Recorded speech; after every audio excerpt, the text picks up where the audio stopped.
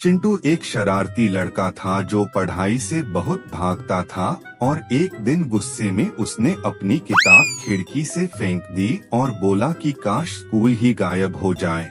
उसी रात आधी रात को उसके कमरे की खिड़की पर टक टक की आवाज आई और जब उसने डरते हुए बाहर देखा तो एक चमकती पीली भूतिया स्कूल बस खड़ी थी जिस पर गोस्ट कार्टून स्कूल लिखा था। बस का दरवाजा अपने आप खुला और एक मजेदार भूत ने उसे अंदर बुलाया। डरते डरते चिंटू बस में बैठ गया जहां उसने देखा कि अंदर कार्टून भूत बच्चे हंस रहे थे। कोई हवा में उड़ रहा था और कोई अपना सिर फुटबॉल की तरह उछाल रहा था।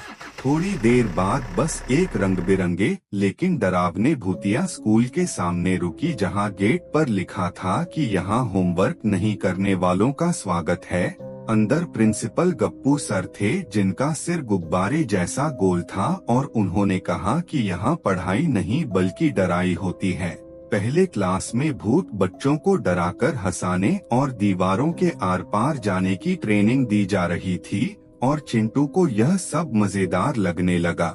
लेकिन तभी अचानक स्कूल की घंटी बजी और पूरा माहौल डरावना हो गया। गप्पू सर ने बताया कि अब स्पेशल क्लास होगी और एक पुराने कमरे का दरवाजा खुला जहां एक विशाल काला कार्टून मॉन्स्टर बैठा था जिसकी लाल आंखें चमक रही थीं और उसने कहा कि जो बच्चा पढ़ाई से भागता है वह हमेशा यहीं रह जाता है।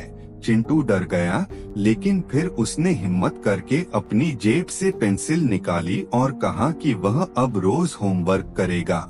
यह सुनते ही पूरा स्कूल चमकने लगा और सारे भूत खुशी से नाचने लगे और गप्पू सर ने कहा कि उसने सही सीखा है कि पढ़ाई से भागना नहीं चाहिए।